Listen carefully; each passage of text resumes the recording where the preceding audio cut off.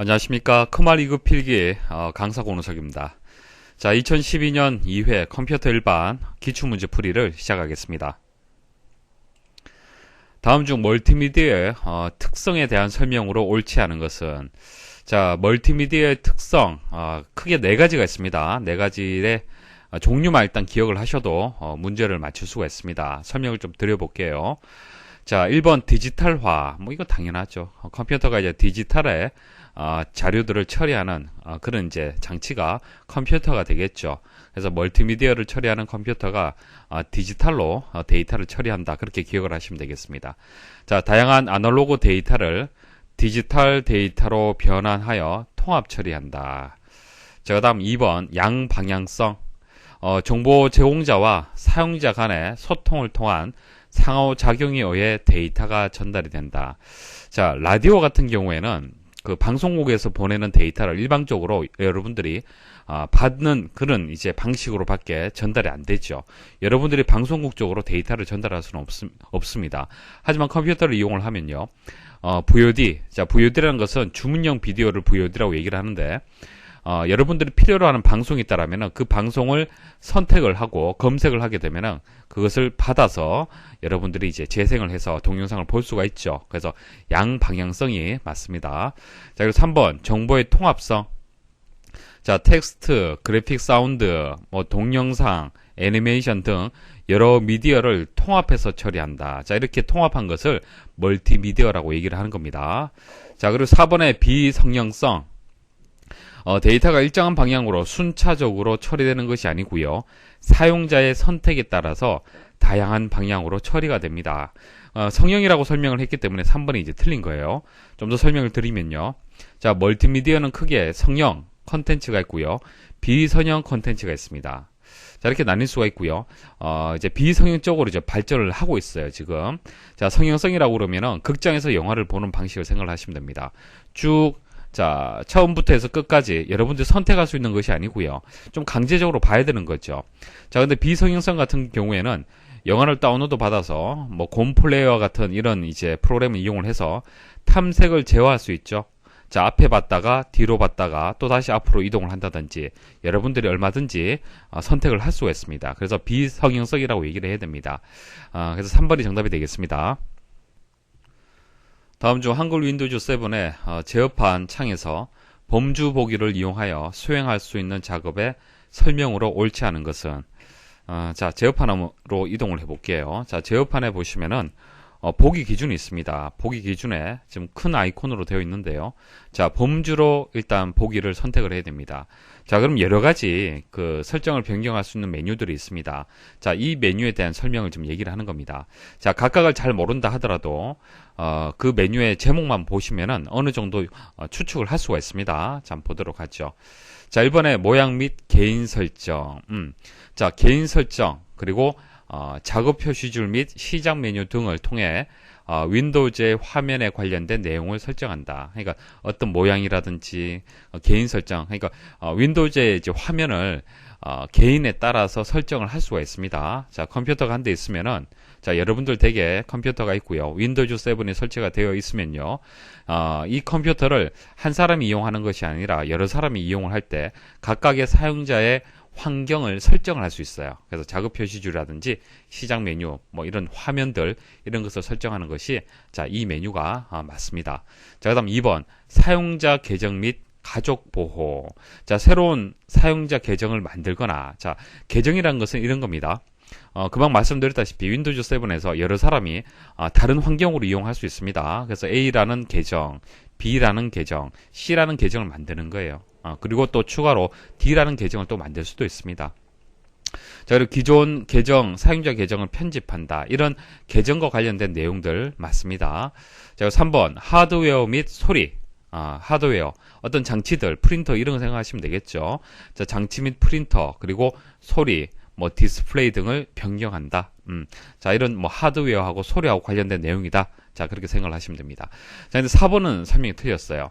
자, 시스템 및 보안. 자, 시스템 및 보안이라고 이제 제목이 기능이 있는데, 뭐, 네트워크 인터넷에 대해 설명을 하고 있어요. 자, 네트워크하고 인터넷에 대한, 그런 기능은요, 시스템 및 보안이 아니고요, 네트워크 및 인터넷이라는 기능이 따로 있습니다. 따로 있어요.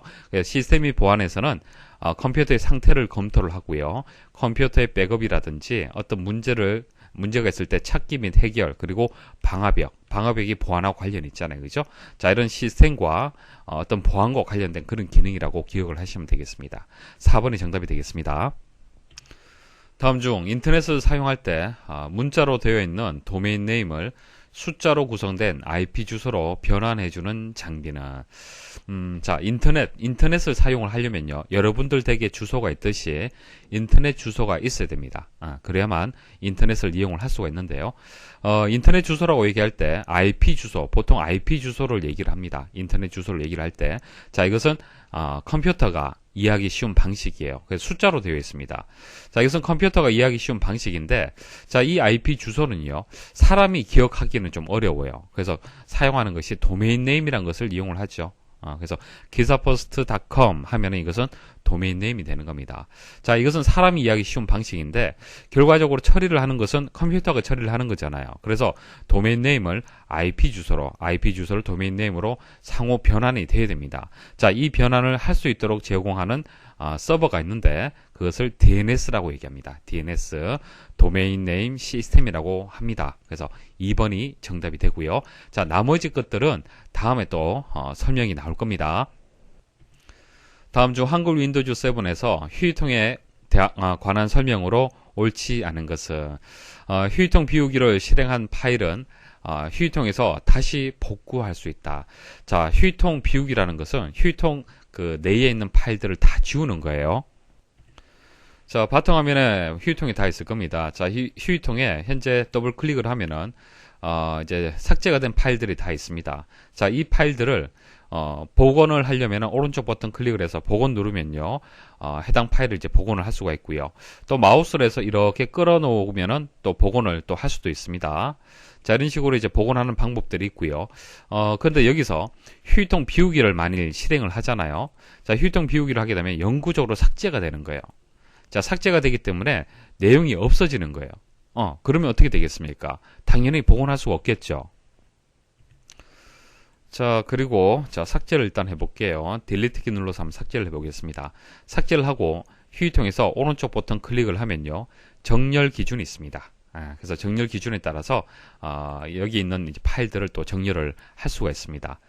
자, 그리고 휴지통에서 오른쪽 버튼 클릭을 하면 속성으로 이동을 할 수가 있는데요. 속성으로 이동을 하면요, 이 휴지통의 크기를 설정을 할 수가 있습니다. 자, 휴지통의 크기를 설정을 할 수도 있고요. 파일을 휴지통에 버리지 않고 삭제할 때 바로 제거, 이것을 선택을 하게 되면은 휴지통으로 저장되지 않고 바로 또 이제 완전히 삭제가 되겠습니다. 자, 그래서 1번은 틀린 설명입니다. 자, 나머지 한번 보도록 하죠. 2번, 휴지통에 있는 파일의 아이콘을 정렬하여 표시할 수 있다. 정렬 기능이 있습니다. 3번, 휴지통에 있는 파일을 바탕화면 또는 다른 폴더로 끌어놓기를 하여 복구할 수 있습니다. 휴지통의 크기를 변경할 수 있다. 자, 여기서 설정을 할 수 있습니다. 다음 중 고정 IP 주소를 설정하여 인터넷 서비스를 사용하려고 한다. 한글 윈도우즈 7에 인터넷 프로토콜 버전 4, TCP/IP v4 속성 창에서 설정해야 하는 항목으로 옳지 않은 것은, 자, 설명 어렵죠. 설명 어려운데 지금 그림으로 이렇게 제가 캡처를 했습니다. 자, 이거 여기까지 접근하는 방법을 먼저 한번 설명을 드려볼게요. 자, 일단 탐색기를 실행을 해야 되는데, 탐색기는 시작에서 오른쪽 버튼 클릭을 하면은 탐색기 실행을 할 수 있습니다. 자, 탐색기에서 네트워크 있죠. 자, 네트워크에서 오른쪽 버튼 클릭, 속성으로 이동을 합니다. 자, 어댑터 설정 변경. 자, 그 다음 로컬 영역 연결 나오죠. 여기서 오른쪽 버튼 클릭, 속성 이동을 합니다. 자, 속성 이동을 하면요, 여기서 TCP/IP6, 그 다음 4가 있습니다. 자, 이 차이점은 다음에 또 설명드리도록 하고요. 자, 일단 문제에서 나온 버전 4 선택을 하시고 속성 눌러보십시오. 자, 속성 눌러주시면은 이제 속성 창이 이렇게 나오게 됩니다. 자, 그리고 고정 IP. 자, IP가 정해져 있는 경우에는 다음 IP 주소 사용해서 여기서 직접 입력을 할 수가 있고요. 여기서 IP 주소, 서브넷 마스크, 뭐 기본 게이트웨이 이런 것들을 설정을 할 수가 있습니다. DNS 주소도 설정할 수 있고요. 자, 각각의 자세한 내용들은 다음에 또 설명을 드릴게요. 자, 중요한 것은 이제 이런 버전 4에서 이런 항목들을 설정을 한다는 것을 여러분들 기억을 하셔야 됩니다. 자, 그래서 IP 주소, 서브넷 마스크, 기본 게이트웨이 이런 것들은 맞는 설명이에요. 그래서 IP하고 관련된 이런 항목들은 여기서 설정하는 게 맞습니다. 하지만 홈페이지 주소는 아니죠. 홈페이지 주소는 인터넷 익스플로러에서 하는 겁니다. 자, 보여드릴게요. 자, 인터넷 익스플로러의 도구에 가서 인터넷 옵션에 가면은 홈페이지를 여기서 설정할 수 있습니다. 다음 중 한글 윈도우즈 7에서 설치된 응용 프로그램을 삭제하는 작업 선택의 순서로 옳은 것은 뭐 아래 한글이라든지 MS 오피스라든지 필요 없다라면 여러분들 삭제를 해야겠죠. 자, 삭제를 하는 방법은요. 제어판으로 가야 됩니다. 자, 제어판에 가서 만일 범주 상태라면은 보기 기준이 범주 상태라면은 프로그램 제거를 여기서 바로 클릭을 하시면 되고요. 큰 아이콘이라든지 작은 아이콘으로 많이 선택이 되어 있는 상태잖아요. 자, 그럴 때는 프로그램 및 기능으로 이동을 해야 됩니다. 자, 프로그램의 기능으로 이동을 하게 되면은 여기서 프로그램을 선택을 해서 제거 버튼 누르게 되면은 제거가 됩니다. 자, 중요한 것은요. 일단 제어판으로 이동을 해야 된다는 거 일단 중요하고요. 그다음 프로그램 및 기능을 이용을 해야 된다는 거. 그래서 1번이 정답이 되겠습니다. 다음 중 운영체제 구성에서 제어 프로그램에 해당되지 않는 것은 자, 운영체제 구성에 대해서 말씀을 드릴게요. 자, 운영체제 구성은요, 크게 제어 프로그램 그리고 처리 프로그램 이렇게 두 가지 프로그램으로 나눌 수가 있습니다. 자, 운영체제 하는 역할을 생각해 보시면 돼요. 자, 운영체제가 하는 역할이 일단 뭐 하드웨어라든지 소프트웨어라든지 그런 것을 제어하는 역할을 하는 거죠. 제대로 작동하고 인식할 수 있도록 그렇게 이제 제어하는 것이 첫 번째 일이 되는 겁니다. 그 다음 해야 될 것이 이제 처리가 되는 거죠. 그래서 두 가지를 일단 머리에 두십시오. 제어 프로그램이 있고 처리 프로그램이 있다. 자, 이 문제는 제어 프로그램에 해당하지 않는 것을 찾기 때문에 제어 프로그램에 대해서 이제 종류를 아시면은 이 문제를 풀 수가 있습니다. 자, 제어 프로그램은요, 시스템 전체의 작동 상태를 감시하고 작업의 순서 그리고 작업에 사용되는 데이터를 관리하는 자, 이런 것을 이제 제어 프로그램이 하는 역할이 되는 겁니다. 이 제어 프로그램의 종류를 보시면요, 감시 프로그램. 자, 시스템의 전체적인 작동 상태를 감시를 하는 감시 프로그램이고요. 작업을 관리하는 프로그램. 그 다음 데이터를 관리하는 프로그램. 이렇게 세 가지 프로그램으로 구성이 되어 있습니다.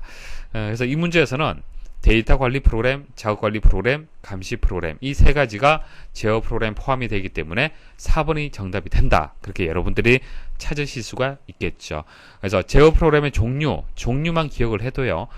웬만한 이제 운영체제의 구성에 대해서 다 이제 문제를 맞출 수가 있습니다. 자, 기억하는 방법은 앞글자만 기억을 하십시오. 자, 감자 데이터. 자, 제어 프로그램의 종류는 감자 데이터다. 그렇게 기억을 하시면은 오래 기억을 할 수 있습니다. 아시겠죠? 감자 데이터. 됐죠? 자, 이런 식으로 문제 풀이 하시면 되고, 자, 나머지 설명 좀 추가로 드리겠습니다. 그 다음 처리 프로그램은요, 제어 프로그램의 지시를 받아서 사용자가 요구한 문제를 해결하기 위한 프로그램을 처리 프로그램이다. 그렇게 얘기를 하고, 종류는 언어 번역 프로그램, 그리고 서비스 프로그램, 이렇게 나뉘게 됩니다. 뭐, 대표적인 프로그램 예시를 보시면은, 어셈블러, 컴파일러, 인터프리터, 이런 것은 언어 번역 프로그램이 되고요. 서비스 프로그램도 뭐 여러 가지가 있는데, 그 중에서 뭐, 링커라든지, 로더라든지, 이런 것이 또 해당이 되겠습니다. 자, 언어 번역, 그리고 이제 실행 과정, 뭐 강의 중에 말씀을 드렸는데, 여기서 언어라는 것은 뭐 한국어, 영어 이것을 뜻하는 것이 아니죠. 사람이 이해하는 언어, 그리고 컴퓨터가 이해하는 언어. 자, 이것을 서로 이제 그 번역을 해준다는 얘기입니다. 그래서 컴퓨터는 1과 0을 이해를 하잖아요. 맞죠? 그리고 사람의 언어는 또 다릅니다. 그래서 사람이 이해하는 언어를 컴퓨터가 이해할 수 있는 언어, 그러니까 1과 0 형태로 해서 바꿔줘야만 실행을 할 수 있잖아요. 그쵸? 그래서 언어를 번역을 해야만 실행을 할 수가 있는 겁니다. 자, 순서를 보시면은 첫 번째 할 일은 원시 프로그램을 작성을 해야 돼요. 그것을 소스라고 얘기하죠. 소스. 프로그램 코딩을 먼저 해야 되는 겁니다. 그래서 프로그램을 코딩을 해서 프로그램을 먼저 만드는 거죠. 자, 이 단계는요, 사람이 이해하기 쉬운 겁니다. 프로그램을 만드는 주체가 사람이잖아요. 그죠? 그래서 사람이 이해하기 쉬운 방식으로 일단 프로그램을 만들어요. 자, 이것을 번역을 하는 거죠. 자, 번역을 하게 되면은 컴퓨터가 그래도 이해하기 쉬운 목적 프로그램이 만들어집니다. 자, 1과 0 형태로 해서 목적 프로그램이 만들어지는데 여기까지가 이제 번역이 되는 거고요. 실행은요, 목적 프로그램을 이용을 해서 바로 실행할 수는 없습니다. 두 가지 작업이 더 수행이 되어야 됩니다. 첫 번째는 링킹, 그 다음 두 번째는 로딩이에요. 자, 링킹을 링커가 하는 겁니다. 링커. 로딩은 로더가 하는 거고요. 자, 왜 해야 하냐면요, 실행 가능한 형태로 바꿔줘야 됩니다. 자, 목적 프로그램은요, 아직까지 실행이 가능한 형태가 아닙니다. 그래서 실행 가능한 형태로 바꾸는 것을 링킹이라고 얘기하는 겁니다. 링킹. 됐죠? 자, 그 다음 로딩은요, 로딩은 바로 실행하기 위해서 메모리에다가 적재하는 거예요. 메모리에 적재가 되어 있어야만 실행할 수 있는 거지 않습니까? 됐죠? 그래서 이게 언어 번역 그리고 실행 과정이 되겠습니다. 자, 이 과정하고 관련된 것이 처리 프로그램이다. 그렇게 기억을 하시면 됩니다. 자, 중요한 것은 제어 프로그램의 이 세 가지 종류를 꼭 기억을 하십시오. 다음 중 한글 윈도우즈 7의 명령 프롬프트 창에서 인터넷 서버까지의 경로를 추적하기 위해, 자, 경로를 추적한다. 자, 이게 키가 되는데요. 자, 경로를 추적하기 위해 사용하는 네트워크 관련 명령어로 옳은 것은, 자, trace RT가 되는데요. 자, 일단 명령 프롬프트 창에 대해서 설명을 좀 드리겠습니다. 명령 프롬프트 창을 이제 호출을 하시려면은, 자, 프로그램에 가서, 자, 보조 프로그램으로 이동을 하시면요. 자, 여기 보시면 명령 프롬프트 창이 있습니다. 자, 클릭을 해서 실행을 하시면요, 까만 창이 나오죠. 자, 여기서는 마우스를 이용해서 명령어를 입력하는 것이 아니고 직접 여기서 명령을 입력을 해줘야 됩니다. 그래서 trace rt 해서 뒤에 어떤 그 서버의 경로, 주소를 적어 주시면 되는 겁니다. 자, 그래서 이렇게 주소를 입력을 했잖아요. 그죠? IP 주소를 입력을 하면요. 자, 이 IP 주소가 그냥 네이버라고 일단 가정을 할게요. 자, 네이버라면은 여러분들 집에 있는 컴퓨터에서 이렇게 검색을 하잖아요. 그죠? 명령을 입력을 하잖아요.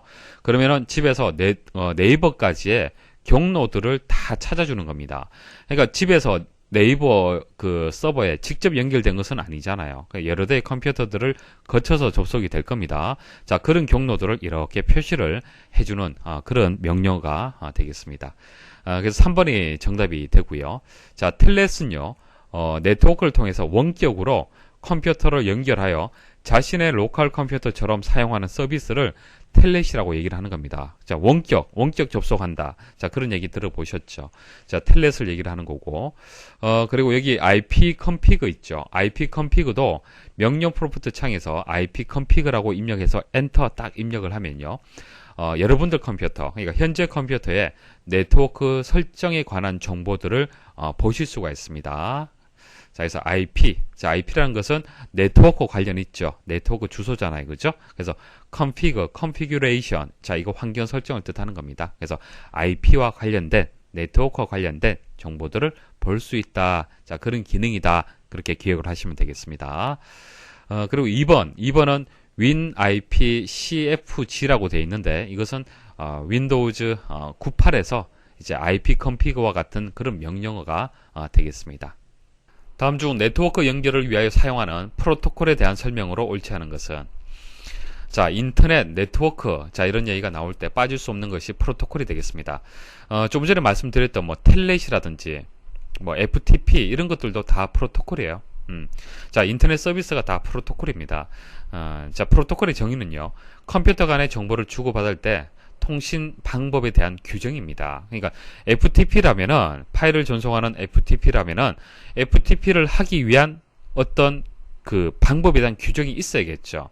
그래야만 A 제품이 있고 B 제품이 있으면은, 자, 이게 뭐 LG고 이게 뭐 삼성이다. 자, 이런 제품이 있으면요.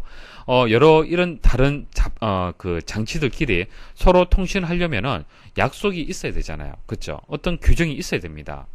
자, 그 규정을 미리 만들어 둔 거죠. 그래서 제품이 다르다 하더라도 이 규정을 이용하게 되면은 FTP를 할 수 있는 거예요. FTP 규정을 이용하게 되면 FTP 서비스를 받을 수 있는 거고, 텔넷 텔넷 프로토콜에 대한 규정을 서로 알고 있으면은 텔넷 서비스를 할 수 있는 겁니다. 그래서 프로토콜이란 것은 약속, 규정, 자, 통신을 하기 위한 약속과 규정을 프로토콜이다, 그렇게 얘기를 하는 겁니다. 자, 가장 대표적인 프로토콜은요, TCP/IP입니다. TCP/IP. 자, 인터넷 연결하려면은 무조건 있어야 되는 것이 TCP/IP예요. 그래서 인터넷 연결 표준 프로토콜을 TCP/IP다라고 얘기를 하는 겁니다. 여기서 P가 프로토콜의 이제 첫 글자가 되겠습니다. 자, 보기 한번 보도록 하죠. 1번, 통신을 원하는 두 개체 간에 무엇을 어떻게 언제 통신할 것인가에 대한 약속한 통신 규정이다. 맞는 설명이죠. 자, 2번, 프로토콜 전환이 필요한 다른 네트워크와 연결하기 위해서는 브릿지가 사용된다. 자, 그 통신을 하기 위한 여러 가지 장치 중에서 브릿지란 게 있고요. 그 다음 라우터. 자, 라우터하고 비슷한 것이 게이트웨이죠. 거의 뭐 같다라고 보시면 되는데, 크게 이 두 가지 장치를 가장 이제 문제에서 많이 다루게 되는데요. 자, 라우터라는 것은,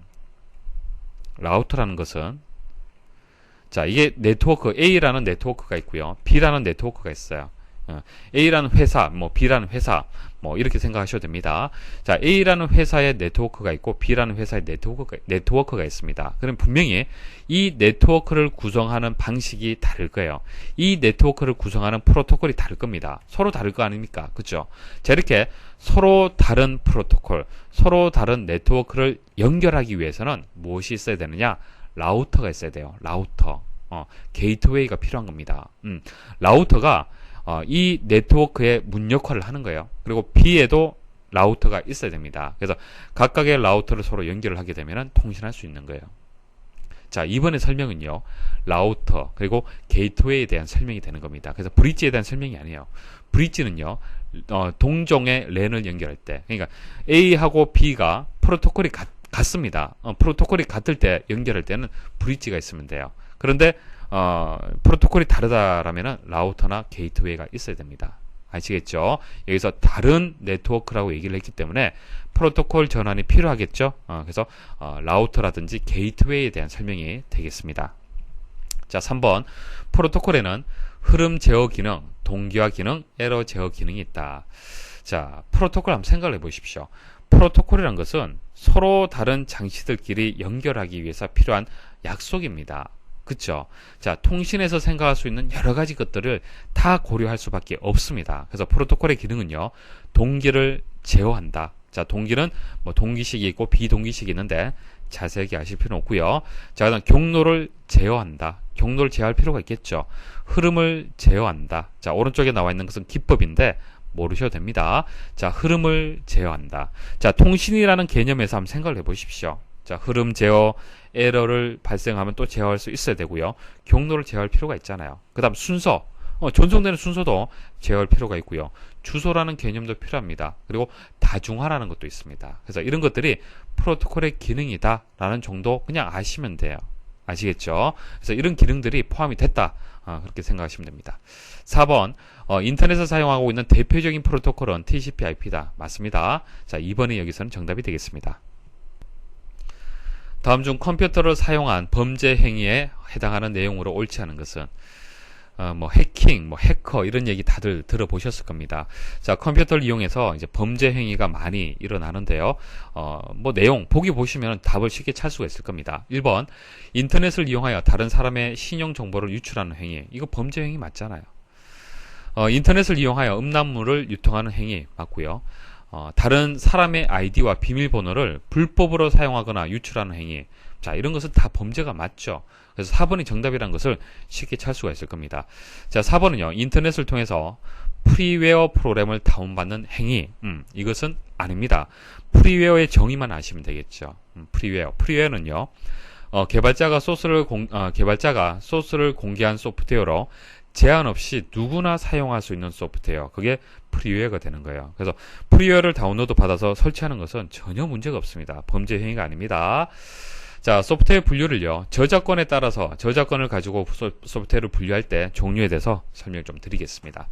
자, 애드웨어라고 있습니다. 이것은 광고를 보는 대가로 해서 무료로 사용할 수 있는 소프트웨어가 되겠습니다. 광고만 보게 되면 사용을 할 수가 있어요. 쉐어웨어라는 것은 말 그대로 일정 기간 또는 일정 기간이 제한된 상태에서 공개하는 프로그램이에요. 그러니까 모두 100% 오픈하는 것이 아니라 맛보기 프로그램이 되는 겁니다.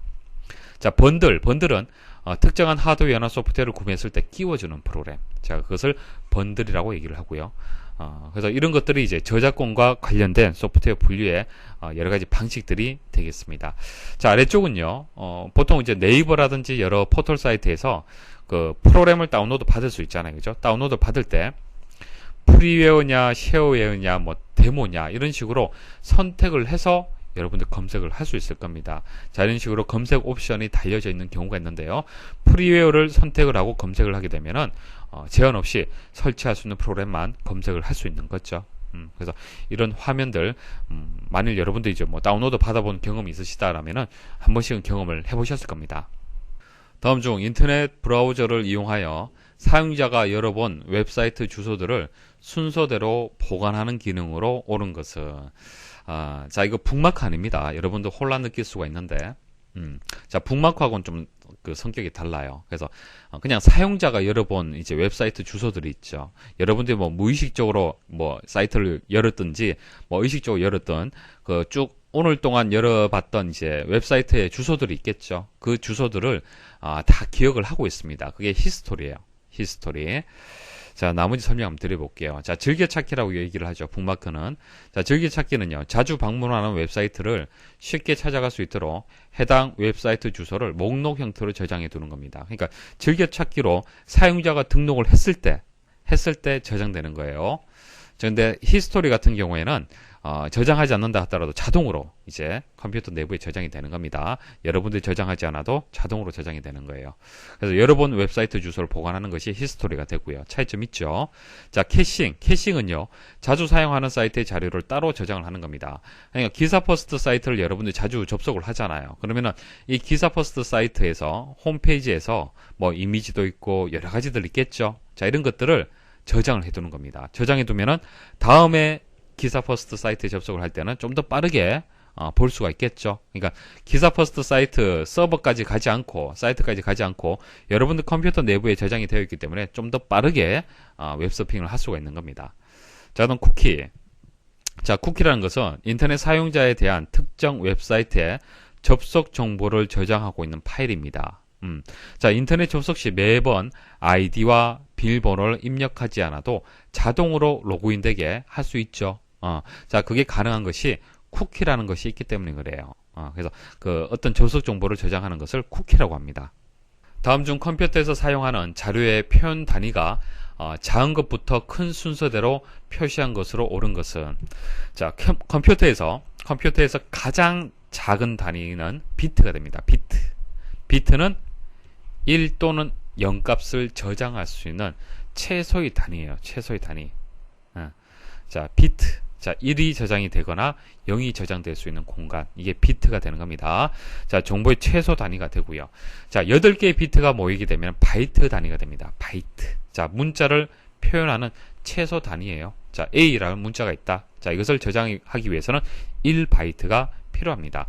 자, 일단 워드는요, 컴퓨터가 한 번에 처리할 수 있는 명령의 단위예요. 자, 늘 말씀을 드리지만은 CPU가 있고 메모리가 있으면요, CPU가 메모리에 접근을 해서 하나의 주소에 있는 값들을 가지고 오잖아요. 그죠? 값을 가지고 옵니다. 자, 이 가져오는 이 단위가 뭐냐면 워드가 되는 거예요. 워드. 자, 컴퓨터가 32비트 컴퓨터다. 그러면 32비트가 워드의 사이즈가 되는 겁니다. 그러니까 워드의 사이즈는요, 물리적으로 픽스된 단위가 아니고요, 논리적인 개념이 되는 겁니다. 64비트 컴퓨터라면은 한 번에 CPU가 가져오는 단위가 이제 1워드가 되고요, 64비트가 되는 겁니다. 아시겠죠? 그래서 워드의 단위는 바이트처럼 뭐 8개의 비트가 뭐 하나의 워드다, 그런 개념이 아니고, 컴퓨터가 한 번에 처리할 수 있는 명령의 단위, 그게 워드의 개념이 되겠습니다. 자, 그 다음 필드, 레코드, 파일은요. 자, 오른쪽 보십시오. 자, 하나의 파일이 있습니다. 학생 파일이 있는데 이게 전체 하나의 파일이 되는 거고요. 필드는 이제 학번, 뭐 이름, 주소, 이게 필드가 되는 거예요. 필드가 됩니다.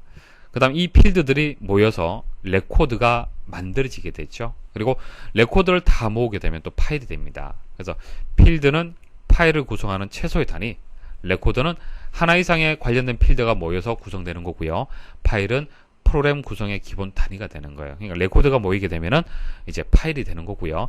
프로그램을 이제 구성하는 기본 단위가 되는 겁니다.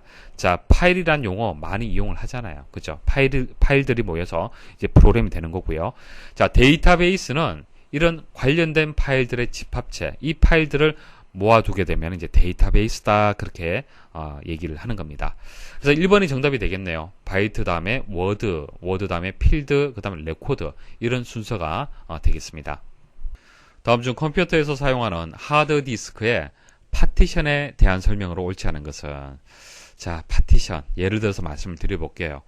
여러분도 식당 가시면은 식당의 이제 공간이 상당히 넓죠. 자, 넓은 것을 자, 방으로 나누어서 좀 더 효율적으로 관리할 수 있을 겁니다. 손님을 좀 나누어서, 그죠? 자, 그때 파티션을 나누는다. 파티션을 쳐서 방으로 나눌 수가 있겠죠. 그때 파티션의 개념을 생각을 하시면 됩니다. 그리고 회사에 이렇게 자리가 있다라면은 그 각각의 자리를 이렇게 나누는, 자, 그것을 또 파티션이라고 얘기를 하죠. 자, 그런 개념을 일단 머리에 두시면은 이해하기 쉬울 겁니다.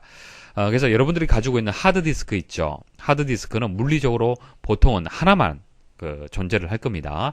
자, 한 개의 이제 물리적으로 존재하는 이제 하드디스크가 있으면은 이것을 통으로 이용하게 되면은, 자, 통으로 이용하면 좀 더 효율적이지 못할 수가 있습니다. 그래서 이것을 논리적으로 이렇게 나누는 거예요. 그러니까 물리적으로는 한 개지만은 논리적으로 나눠서 C 드라이브, 뭐 D 드라이브, 뭐 E 드라이브, 이런 식으로 나누는 겁니다. 그래서 C 드라이브에는 윈도우즈 7 설치하고, D 드라이브에는 뭐 여러분들 뭐 개인적인 자료들 보관하도록 하고, 그 다음 여기는 뭐 동영상 자료를 보관하겠다, 이런 식으로, 그죠? 나누어서 관리를 할 수가 있죠. 자, 그게 파티션의 개념이 되는 겁니다. 자, 보기 한번 보도록 하겠습니다. 1번, 하나의 물리적인 하드디스크를 여러 개의 파티션으로 나눌 수 있다. 맞고요. 자, 2번, 파티션을 나눈 후 하드디스크를 사용하기 위해서는 포맷을 해야 된다. 포맷 해야 됩니다. 자, 포맷이란 것은 밭을 간다라고 생각을 하시면 돼요. 이제 C 드라이브가 이렇게 하나 있으면은 이렇게 나누잖아요. 나누면은 여기서 포맷 해주고, 이것도 포맷을 해줘야만 제대로 이용을 할 수가 있습니다. 자, 3번, 하나의 하드디스크 내에 모든 파티션에는 동일한 운영체제만 설치할 수 있다. 자, 뭐뭐만 했을 때는 의심을 하셔야 돼요. 이거 틀렸습니다. 아닙니다. 만일 3개의 파티션으로 나누었다라고 봤을 때는 뭐 첫 번째 파티션에는 윈도우즈 7, 그다음 뭐 윈도우즈 XP, 그다음 리눅스라는 이런 다양한 운영 체제를 서로 다르게 파티션에 설치를 할 수 있습니다. 그래서 설명이 틀렸습니다. 제가 그다음 4번, 하나의 파티션에는 한 가지 파일 시스템만을 설치할 수 있다. 자, 파일 시스템에 대해서는 또 다음에 설명드릴 기회가 있을 겁니다. NTFS, 뭐 PET32, PET 이런 여러 가지 파일 시스템들이 있어요. 자, 이것도 마찬가지입니다. 운영 체제를 다양하게 설치할 수 있는 거와 마찬가지로 파일 시스템도 각각에 다 설치 가능합니다. 자, 그리고 중요한 것은요, 이것을 파일 시스템을 하나의 파티션에는 같이 이용할 수는 없어요. 그래서 한 가지 파일 시스템만을 설치할 수 있다는 설명이 맞습니다. 자, 그리고 이런 운영체제도 같은 운영체제를, 다른 운영체제를 하나의 파티션에, 그러니까 C 드라이브에다가 윈도우즈 7, 윈도우즈 XP, 리눅스 이렇게 같이 설치하는 못해요. 한 가지 파티션에 하나의 운영체제, 그리고 하나의 파일 시스템만을 설치를 할 수가 있습니다. 다음 중 연속적인 데이터 형식을 사용하는 아날로그 컴퓨터의 주요 구성 회로로 오른 것은, 여러분들이 사용하고 있는 컴퓨터는요, 대부분 디지털 컴퓨터입니다. 하지만 아날로그 컴퓨터도 있어요. 자, 디지털이란 것은 데이터가 셀 수 있는 비연속적인 값을 얘기를 하는 겁니다. 그래서 이산적이고 숫자라든지 문자 이런 데이터들을 취급하는 컴퓨터를 디지털 컴퓨터다, 그렇게 얘기를 하고요. 그래서 뭐 1, 0 뭐 이런 것들이죠. 자, 아날로그 컴퓨터는요, 셀 수 없는 연속적인 값. 자, 온도는 이렇게 그래프를 그리죠. 자, 그리고 소리도 마찬가지죠. 이런 파장을 그리지 않습니까? 자, 이런 것을 아날로그 데이터라고 얘기를 합니다. 그래서 디지털 컴퓨터는요, 논리회로라는 것을 이용을 해요. 논리회로. 자, 1과 0. 자, 뭐, 여러분들 이런 거 보셨습니까? 이런 기호들. 뭐, AND 게이트, OR 게이트, 이런 거 들어보셨습니까? 이런 것들을 이제 논리회로라고 얘기를 하는데, 이런 것을 이용을 한다. 그렇게 기호를 하시면 되고. 자, 산술, 사치 연산할 수 있고요. 그리고 논리회로, 뭐, yes, no, 이런 식으로 true, false, 이런 연산을 할 수 있습니다. 자, 그런데, 차이점을 지금 이제 말씀을 드리면요. 아날로그 컴퓨터는요, 논리회로가 아니고 증폭회로예요. 증폭회로. 그래서 여기서 정답이 되는 것이 증폭회로 2번이 되는 겁니다. 아날로그 컴퓨터의 주요 이제 구성회로는 증폭회로가 되고요. 그리고 아날로그 컴퓨터는 이제 사치 연산하고 논리 연산이 아니고 미적분 연산 같은 이런 것을 합니다. 그래서 연산 속도는 아날로그가 사실 빨라요. 디지털은 상대적으로 느립니다. 사용 분야는요. 디지털 컴퓨터가 이제 범용이죠. 범용이란 것은 여러 분야에서 다 사용이 된다는 뜻이고요. 아날로그 컴퓨터는 좀 특수 목적으로 이용을 합니다. 그래서 뭐 항공기 시뮬레이션이라든지 예를 들면은 자, 그리고 디지털 컴퓨터는 이제 기억 장치라는 것이 필요합니다. 기억 장치 다 있죠. 여러분들 컴퓨터 내부에 다 있습니다. 자, 근데 아날로그 컴퓨터는 기억 장치가 필요 없습니다. 자, 그런 특징을 가지고 있습니다. 다음 주 한글 윈도우즈 7에서 설치된 모든 하드웨어와 소프트웨어의 실행 정보를 모아 관리하는 계층적인 시스템 데이터베이스를 의미하는 것은 자, 컴퓨터 내부에 여러분들 윈도우즈 7에 하드웨어, 여러분들 설치되어 있는 하드웨어, 모니터, 키보드, 마우스, 뭐 각종 사운드 카드, 그래픽 카드 이런 것들도 있죠. 하드웨어에 있을 거고요. 소프트웨어, 여러분들 컴퓨터 내부에 설치되어 있는 아리아 한글, 포토샵, MS 오피스 이런 여러 가지 소프트웨어들이 있을 겁니다. 자, 이런 것들을 설치하고 연결하게 되면은 그 정보들이 어딘가는 저장이 되어 있습니다. 자, 그게 레지스트리라는 게 있습니다. 레지스트리. 자, 레지스트리는 컴퓨터에 설치된 각종 이런 정보들을 저장하는 장소예요. 장소고 여러분들이 보시려면은 자, 시작 버튼 누르고 검색 상자에서 레지스트 에디트. 자, 그래서 레그 에디트라고 합니다. 엔터 입력을 해 보십시오. 자, 입력을 하면요. 조금 복잡한데요. 탐색기 구조처럼 되어 있습니다. 탐색기처럼 되어 있어요. 그러니까 여기서 계층적이다라고 설명하는 것이 탐색기 구조 생각하시면 됩니다. 그래서 폴더 하나 선택을 하면 또 아래에 폴더가 나오고 또 이런 식으로 나오는 이런 구조를 계층적이라고 얘기를 하고요. 자, 이렇게 데이터들을 모아둔 것을 데이터베이스라고 얘기를 하는 겁니다. 자, 여기서 각각의 있던 장치와 소프트웨어 정보들이 이렇게 저장이 되어 있고 여러분들이 함부로 여기서 추정을 하시면 안 됩니다. 함부로 데이터를 수정해 버리면은 이제 소프트웨어와 하드웨어가 제대로 작동이 안 될 수도 있습니다. 다음 주 한글 윈도우즈 7에서 디스크 공간이 부족하다는 메시지가 나타날 때 디스크 공간을 확보하는 방법으로 옳지 않은 것은 여러분들 하드디스크가 용량이 부족해요. 그래서 이런 메시지가 나올 수가 있습니다. 하드디스크가 부족한 이유가 여러 가지가 있을 겁니다. 뭐 설치된 프로그램이 많아서 그럴 수도 있고 또 자료들이 많아서 그럴 수도 있습니다. 그래서 자료가 많다. 그런 불필요한 자료들을 지울 필요가 있겠죠. 지워서 또 공간을 늘릴 수도 있을 겁니다. 자, 보기 한번 보도록 하죠. 1번 윈도우즈에 임시 파일을 제거한다. 자, 임시 파일이라는 것은 꼭 필요한 파일들은 아니죠. 이런 파일들을 지우면은 용량을 더 늘릴 수도 있을 겁니다. 공간을 더 늘릴 수가 있을 겁니다. 자, 그리고 인터넷에서 다운로드한 액티브엑스 컨트롤, 뭐 자바, 애플릿, 자, 이런 불필요한 프로그램들을 또 제거할 수도 있겠죠. 그러니까 이런 것들은 여러분들이 인터넷 서핑을 하다 보면은 뭐 자연스럽게 그냥 설치가 되는 거예요. 여러분들이 설치를 하려고 하는 것이 아니라 어쩔 수 없이 설치가 되는 이런 프로그램들이 있습니다. 이런 프로그램을 또 제거를 할 수가 있습니다. 자, 그래서 1번하고 2번은요. 이런 기능들은 디스크 정리에서 할 수 있어요. 디스크 정리. 윈도우즈 7에 디스크 정리라는 프로그램이 있습니다. 자, 이것을 실행을 하게 되면 이런 파일들을 삭제할 수 있습니다. 그래서 맞는 설명이고요. 3번 사용하지 않는 윈도우즈 기능을 제거한다. 이것도 맞는 설명이에요. 자, 제어판에 가서 프로그램 및 기능에 가게 되면은 여러분들이 설치한, 그러니까 MS 오피스라든지 아리아 한글, 포토샵 이런 것들은 응용 프로그램이라고 얘기를 합니다. 자, 이런 응용 프로그램을 삭제를 해서 디스크 공간을 늘릴 수도 있는데요. 자, 보여드릴게요.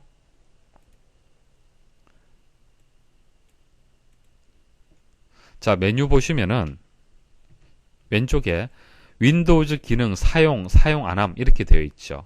그러니까 윈도우즈를 여러분들이 설치를 할 때, 윈도우즈 7을 설치를 할 때 윈도우즈 7과 같이 설치되는 여러 가지 기능들, 프로그램들이 있습니다. 그런 것을 제거를 해서 또 공간을 확보를 할 수도 있다는 얘기예요.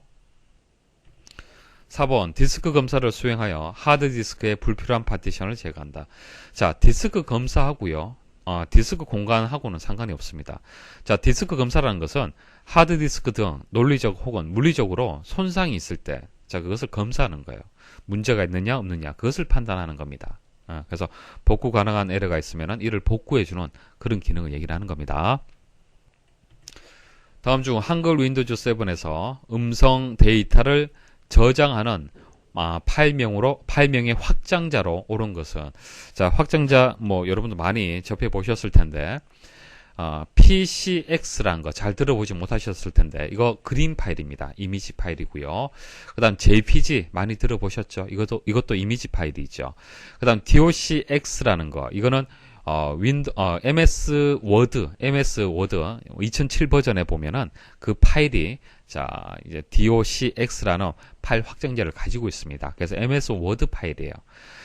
그리고 WMA가 있죠. WMA는 윈도우 미디어 오디오의 약자입니다. 말 그대로 오디오죠. 자, 그래서 이것은 음성 데이터가 맞습니다. 음성 데이터를 저장하는 파일 확장자가 맞습니다. 그래서 3번이 정답이 되겠습니다. A를 기억하시면 되겠죠. 컴퓨터가 부팅되지 않을 때의 원인으로 가장 거리가 먼 것은, 뭐 부팅 안 되는 경험 다들 한 번은 그런 경우가 있을 겁니다. 자, 어떤 경우에 부팅이 안 됩니까? 자, 전원 공급 장치에 이상이 생겼다. 당연하죠. 바이러스에 감염되었다. 자, 심각하게 바이러스에 감염이 되면요, 부팅 자체가 안 됩니다. 자, 롬 바이오스에 이상이 생겼다. 자, 롬 바이오스가 뭐죠? 부팅을 할 때 가장 먼저 체크하는 것이 롬 바이오스가 하는 역할이죠. 롬 바이오스가, 자, 롬에 저장이 되어 있는데요, 부팅이 되게 되면은 각각의 장치들이 제대로 작동을 하느냐. 그래서 컴퓨터 하드웨어 작동에 필요한 명령어들을 모아둔 것이 롬 바이오스가 되는 겁니다. 그러니까 롬 바이오스가 정상적으로 작동을 해야만 이제 부팅이 이루어지는 겁니다. 제일 먼저 확인을 하기 때문에. 그래서 맞는 설명이에요, 이것도. 자, 근데 디스크 단편화. 자, 디스크 단편화는 뭐죠? 여러분들 프로그램 설치를 하면요, 만일 아래 한글을 설치를 한다. 아래 한글을 이제 하드디스크에 저장을 하잖아요. 그죠? 설치를 하게 되면 저장이 될 거 아닙니까? 근데 여러분들 생각에는 하드디스크에 이제 이렇게 순차적으로 파일이 저장될 것 같죠? 아래 한글이라는 프로그램이 있으면은 이 프로그램은 파일로 구성이 되어 있잖아요. 그죠? 파일로 구성이 되어 있기 때문에 파일 단위로 해서 하드디스크에 저장이 됩니다. 저장이 되는데 이렇게 연속되게 저장될 것 같지만은 사실 이렇게 연속되게 저장이 안 됩니다. 여기 저장이 되고 또 여기 저장이 되고 이런 식으로 나누어서 저장이 될 수가 있어요. 자, 이런 식으로 나누어서 저장이 되면은 속도가 떨어집니다. 속도가. 왜? 이거 읽어드리고 또 이거 읽어드리고 이거 찾아서 또 읽어드려야 되잖아요. 그쵸? 그래서 이것을 연속되게 이렇게 정리하는 것을 디스크 조각 모음이라고 얘기를 하는 겁니다. 이렇게 조각 난 것을 어떻게 한다? 하나로 모아두자는 얘기죠. 그랬을 때 접근 속도가 더 빨라지는 겁니다. 하지만은 용량하고는 상관이 없죠. 어차피 있는 파일들이 위치만 바뀐 거지 않습니까? 아시겠습니까? 그래서 뭐 디스크의 단편화하고는 일단 부팅하고는 전혀 상관이 일단 없어요. 그래서 2번이 정답이 되겠습니다.